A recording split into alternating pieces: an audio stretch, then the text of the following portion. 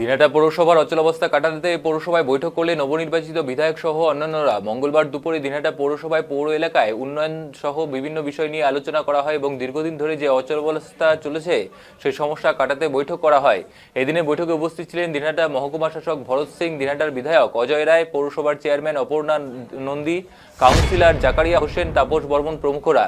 প্রসঙ্গত গত 4 মে বিধানসভা নির্বাচনের ফল প্রকাশের পর রাজ্যে তৃণমূল সরকার ক্ষমতাচ্যুত হয় এবং ক্ষমতায় আসে বিজেপি, কিন্তু তৃণমূলের দখলে থাকা দিনহাটা পৌরসভায় দেখা যায় অচলাবস্থা। শহরের পৌর পরিষেবা বিঘ্নিত হতে থাকে বলে অভিযোগ। এই পরিস্থিতি কাটিয়ে ওঠে সাধারণ মানুষকে সুষ্ঠু পরিষেবা পৌঁছে দেওয়ার লক্ষ্যে এবারে ময়দানে নামলেন বিজেপি নবনির্বাচিত বিধায়ক অজয় রায়। তিনি মহকুমা শাসক ভরত সিং এবং পৌরসভার চেয়ারম্যানের সাথে দীর্ঘক্ষণ বৈঠক করেন। সাংবাদিকদের মুখোমুখি হয়ে অজয় রায় বলেন, দীর্ঘদিন ধরে পৌরসভার একটি সমস্যা চলছিল, সেই সমস্যা যাতে দ্রুত সমাধান করে সাধারণ মানুষের কাছে পৌর পরিষেবা পৌঁছে দেওয়া যায় সেই জন্য বৈঠক করা হয়েছে। পাশাপাশি শহরকে আরো উন্নত করে তোলা এবং স্মল সিটি হিসেবে গড়ে তোলার লক্ষ্য সব রকম পরিকল্পনা নেওয়া হয়েছে। এদিন দেখা যায় বিধায়ক অজয় রায় এলে পৌর কর্মীরা তাকে সংবর্ধনা জানান এবং পৌরসভার কনফারেন্স রুমে এই মিটিং অনুষ্ঠিত হয়।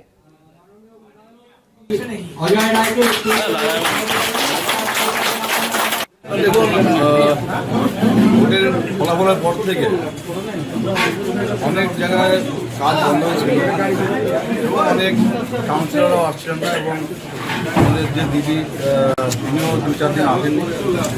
আমরা চাচ্ছিলাম যে পরিষেবা যাতে সচল এবং আবার সচ্ছলভাবে যাতে চলতে পারে, আরও ভালোভাবে পরিষেবা চলতে পারে, সেই জন্য যেমন আমাদের সিএম বলেছেন, তো সেই জন্য আমরা যারা এমএলএ রয়েছি আমাদেরও দায়িত্ব দেওয়া হয়েছে যে প্রত্যেকটা পৌরসভায় এবং প্রত্যেকটি ব্লকের অঞ্চলে যে কাজগুলি চলছিল সেই কাজগুলি যেমন তদারকির দায়িত্ব আমাদের যেমন দেওয়া হয়েছে এবং কাজগুলি যাতে আরও ভালোভাবে করা হয় এবং যেখানে যেখানে আরও অনেক কাজ বাকি রয়েছে সেগুলো যাতে করা যায়। তো সেসব নিয়ে আলোচনা, বিভিন্ন বিষয় নিয়ে আলোচনা হলো। আজকে দিনহাটা সংহতি ময়দান নিয়ে যেমন আমরা আলোচনা করলাম, পাশাপাশি আগামী দিনে যেমন দুর্গাপুজো সেই বিসর্জন নিয়ে আলোচনা হলো, রাস্তাঘাট নিয়ে আলোচনা হলো এবং পানীয় জল যে সমস্যাগুলো রয়েছে প্রত্যেক ওয়ার্ডে ওয়ার্ডে বিভিন্ন অঞ্চলে অঞ্চলে সেই পানীয় জল যাতে আমরা আবার মানুষের ঘরে ঘরে পৌঁছে দিতে পারি সেই বিষয়ে আলোচনা হলো এবং রাস্তাঘাটগুলো যে অনেক জায়গায় রাস্তাগুলো নষ্ট হয়ে গেছে সেই রাস্তাগুলো কীভাবে রিপেয়ার করা যায়, নতুন রাস্তা কীভাবে তৈরি করা যায় সেই বিষয়ে সব বিষয় নিয়ে আজকে আমরা আলোচনা করলাম। আমাদের মধ্যে এইচডিও সাহেব এসেছিলেন, তিনিও আলোচনা করে একটু আগে বেরিয়ে গেলেন। আমাকে যেখানে শুভেচ্ছা জানানো হলো সেই জন্য আমার একটু দেরি হলো।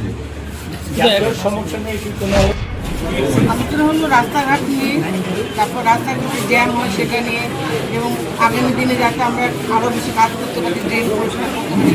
এইচডিও সাহেব এসেছিলেন এবং আমার ভাইও বললেন যে এইভাবে কাজগুলো করতে হবে যাতে দিনহাটার কথা লোকের মুখে মুখে থাকে এবং এমএলএ সাহেব আমাদের সব রকমভাবে সাহায্য করবেন। ছোট ভাই, আমার ভাই আমাকে সব রকম সাহায্য দেখা গেল যখন সিটি নিয়ে একটা আলোচনা হলো, কি বলবেন এবার এমএলএ, নতুন এমএলএ উদ্যোগী হয়েছে, ও আজকে মানে ও প্রস্তাব দিয়েছে স্মার্ট সিটির জন্য, স্মল সিটির জন্য, সেটা করার চেষ্টা করবো আমরা সবাই যেভাবে বলবে। আর একটা কথা যে ও সবসময় আমাদের পাশে থাকবে, এইচডিও সাহেবও বলে গেলেন যে ও কোনো অসুবিধা হলে কোনো কিছু হলে ও থাকবে।